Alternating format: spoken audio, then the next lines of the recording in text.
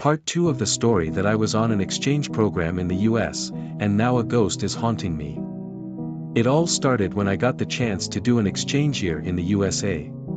Like most people, I grew up watching American movies and TV shows, and I found the idea of going to high school, playing baseball, and living out the American dream fascinating. So, I applied for the program, did a few interviews, wrote an essay titled, "I Have a Dream," and was accepted, not least because my father generously donated a large sum to the school association.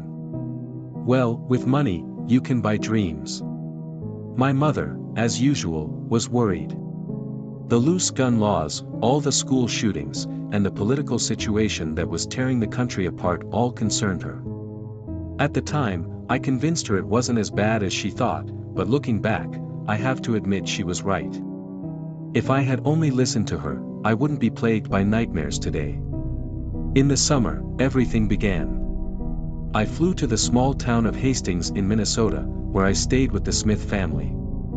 They were an entirely ordinary American family, Father James, Mother Olivia, and their son Eric, who was the same age as me. James worked as a realtor for an insurance company, Olivia was an elementary school teacher, and Eric attended the high school where I would spend the year. They lived in a spacious single-family home that, by German standards, seemed almost as if it were made of papier-mâché. Aside from that, I quickly realized they weren't all that different from my own family. The high school was also similar to my German gymnasium, with one major difference: community played a much more significant role in American schools.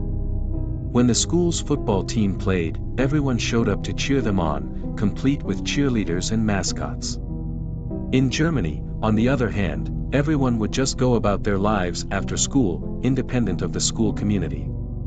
This sense of unity was what I liked most.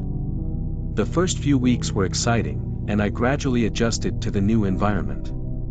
I even went on a date with a girl from my parallel class who lived on our street, the classic girl next door.